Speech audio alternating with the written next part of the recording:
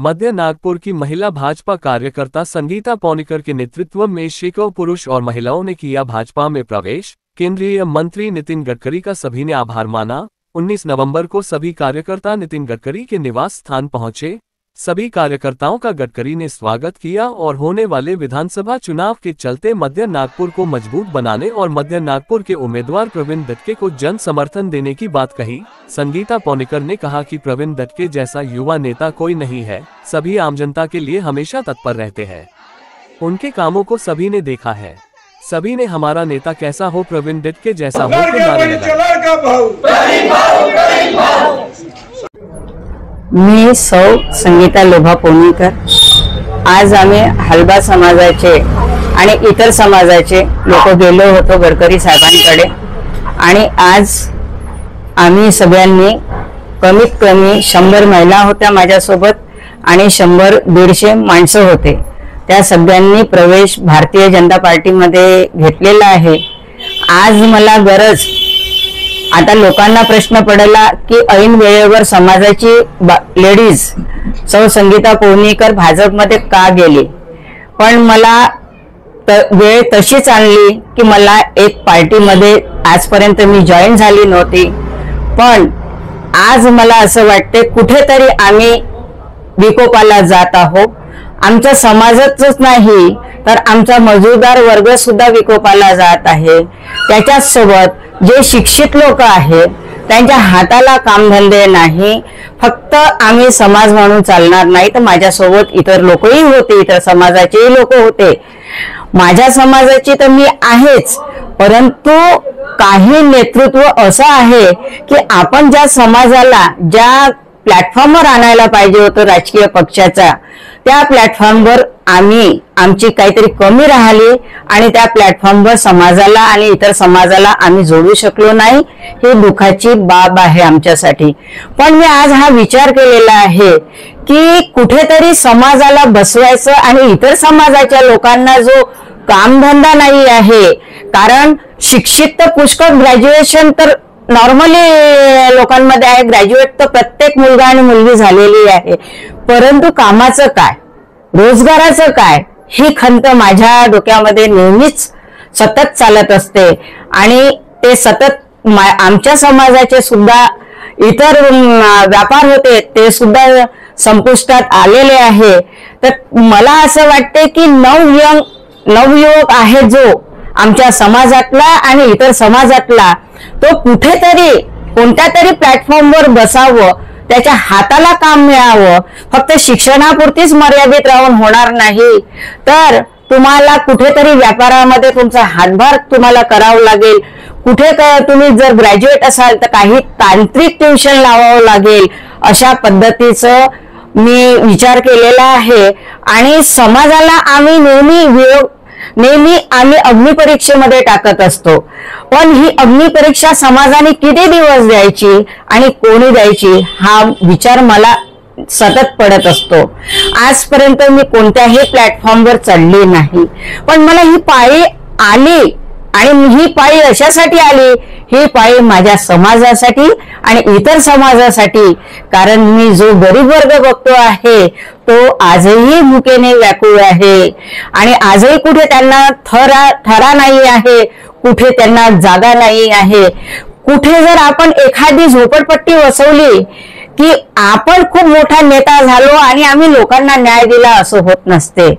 आम्ही लोकांना न्याय द्यायचं असेल तर प्रत्येकाच्या हाताला तुम्हाला काम उपलब्ध करून द्यावं लागेल, तेव्हाच तुमच्या शैक्षणिक, आर्थिक आणि राजकीय आणि मी संगीता पौनीकर समाजाला आणि इतर समाजाला आणि मजदूर वर्गाला आणि जे शैक्षणिक ग्रॅज्युएट आहे त्या लोकांना दाखवून देणार आहे की समाजाचं राजकारण, समाज आणि राजकीय बळ कसं एकत्र चालू शकते, कारण हे आगगाडीचे 2 पहिये आहे। तर मी हे समाजाला दाखवण्यासाठी आणि इतर समाजाला दाखवण्यासाठी, कारण एकाच गोष्टीसाठी चालत नसते तर सोबत आर्थिक दृष्ट्याही आपण चालवल्या पाहिजे काही गोष्टी, ही खंत नेहमी बाळगत असते। आणि आज माझा शेवटचा पर्याय म्हणून मला राष्ट्रीय भारतीय जनता पार्टी जॉईन करावी लागली आणि जसं बोले तसं चाले असे माननीय नितीन गडकरी जी आहेत आणि त्यांचे आता उभे झालेले उमेदवार ते प्रवीणजी दटके आहेत.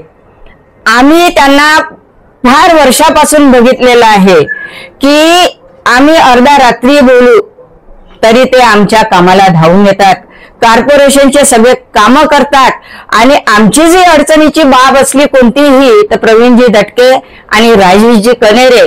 आणि राजेशजी कनेरेचं तर आम्ही काय सांगावं की आमच्या भेटामध्ये त्यांचं इतकं काम आहे की आम्ही अतिशयोक्ती करणार नाही मी इथे कोणाची, पण मी जितकं त्यांचं नवल करेल. आणि आमच्या ह्या प्लॅटफॉर्मवर चंदू निपाणेजी, आपले अनिल खापेरकरजी आहेत, वैभव पराते आहे, विशाल पराते आहे, कृष्णा भिसीकर आहे, आनंद भिसीकर आहे, चंद्रशेखर भिसीकर आहे, कविता भिसीकर आहे, अजय भिसीकर आहे, मेघा भिसीकर आहे, स्वाती भिसीकर आहे, ही दीक्षा पराते आहे. ह्या सगळ्यांनी बीजेपी जॉईन केलेली आहे आणि अजूनही नावं आहेत. हे मला वेळ लागेल म्हणून मला जितकं आठवलं तितके नावं दिलेले आहेत. बाहेर लोक अजून बसलेले आहेत. पण मला एकच सांगायचं आहे की आम्ही नेहमी आमचा समाज राजकीय पक्षातून नेहमी बाद झालेला आहे आणि आम्ही संपुष्टात आलेला आहोत. कुठेतरी मला असं खंत वाटते आहे की कुठेतरी आम्ही राजकीय पक्षाला जुळलो पाहिजे आणि तिथून समाजकारण आणि इतर जातीचं राजकारण आम्हाला करता आलं पाहिजे आणि त्यांच्या हाताला आम्ही काम दिलं पाहिजे. कारण कामाला हात असेल, एका माणूस जर एका घराचा व्यक्ती एक माणूस जर काम करत असेल तर 5 लोक त्याच्या घरचे लोक खात असतात. अशी जी व्याख्या आहे ना, असं जो सूत्र आहे तो मूलाधार सूत्राला घेऊन मला चालायचं आहे. म्हणून मी भारतीय जनता पार्टी जॉईन केलेली आहे. आपण आदिम कृती समितीचे संस्थापक मधून एक आहे. या जे निवडणुकीचा जो माहोल आहे म्हणजे आपल्या हलबा समाजाला काय आव्हान झालं, काय आपलं हे राहील? सगळ्या हलबा समाजांनी माझं म्हणणं ऐकावं. मी नाव घेणार नाही, फक्त सांगेल आम्ही मागे पिवळा झेंडा काढला समाजाने. पिवळ्या झेंड्याच्या खाली आम्ही मिंजे साहेबांना राबवलं लोकसभा. त्यावेळेस मी त्यांना नेहमी म्हणत होती की एका समाजामुळे राजकारण होत नसते, फक्त आम्ही शक्ती प्रदर्शन करू शकतो. पण शक्ती बरोबर बुद्धी लागते आणि बुद्धी बरोबर युक्ती लागते. याचं मात्र सूत्र आपल्याला समजायला पाहिजे. आमचा समाज आज सगळ्या राजकीय पक्षातून नाराज झालेला आहे कारण कोणत्याच पक्षाने तिकीट दिलेली नाही आमच्या समाजाला. ही खंत आहे. पण ही खंत आम्ही राजकीय पक्षाच्या द्वारे ठेवू शकतो आणि आम्ही आज जे करतो आहोत हे समाजासाठी घातक आहे. आज जे आपण करत आहोत, ज्यावेळेस लोकसभेमध्ये आम्ही घात केला समाजाचा, तोच घात आजही करत आहोत. आज मला सांगा, शक्ती बरोबर युक्ती बरोबर तुमची बुद्धी नाही वापरली तर समाजाचं भविष्य मात्र धोक्यात आहे. आज मी शेवटचं बोलते आहे समाजाच्या लोकांना की माझं एकदा तरी ऐका बांधवांनो, हलबा समाजाच्या बांधवांनो, तुम्ही एकदा तरी ऐका. कधीतरी तुम्हाला राजकारणाच्या प्लॅटफॉर्मवर समाजकारणाची युक्ती आणि शक्ती दाखवावं लागेल. हे सूत्र मात्र तुम्ही लक्षात ठेवा. समाज चांगला आहे. माझा समाज जर म्हणेल की मी याला वोट देणार तर मला पूर्ण विश्वास आहे. कारण माझा समाज खरं म्हणजे तर सावजी आहे. आणि साव कोणाला म्हणतात? जो खरा प्रामाणिक माणूस आहे त्याला सावजी हा शब्द संबोधलेला आहे.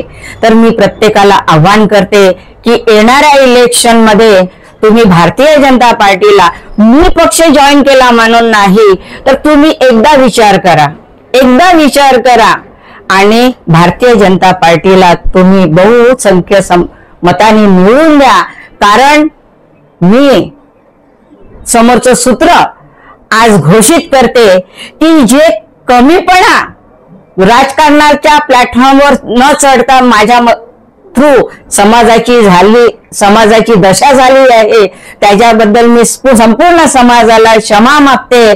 आणि आज एक आव्हान करते समाजाला की तुमचा साथ मला पाहिजे. भारतीय जनता पार्टीच नाही तर तुम्ही हा विचार करा की चांगला प्रामाणिक माणूस आपण पाडतो आहे प्रवीणजी दटके यांना. प्रवीणजी दटके हा माझा काही नातेवाईक नाही किंवा समाज बांधव नाही, पण तो भारतवासी आहे आणि तो खरोखरच दीन दुबळ्याचा भलं करतो. म्हणून समाजाने एकदा तरी कुठेतरी आपल्या मनातून विचार करावा आणि पुन्हा एकदा परीक्षेत उत्तीर्ण व्हा आणि एकदा तरी मला संधी द्या. सोन्याची संधी होऊन जाऊ द्या. अरे मातीची तुम्ही सोनं करू शकता असे तुम्ही सावजी आहात, कशाला तुम्ही रे असं करता. मला एवढंच आव्हान करायचं आहे. म्हणतो आम्ही पुन्हा अग्नी परीक्षा घेतो, अशी कशी रे बेटा तुम्ही शिक्षा मला.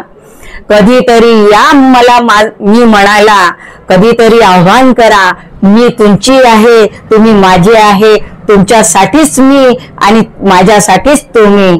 मी एवढं बोलून भारतीय जनता पार्टीला प्रवीण दटके यांना तुम्ही प्रचंड बहुमताने विजयी कराल अशी अपेक्षा करते आणि आशा आहे की बुद्धीचा वापर कराल एवढीच मी अपेक्षा ठेवते. धन्यवाद.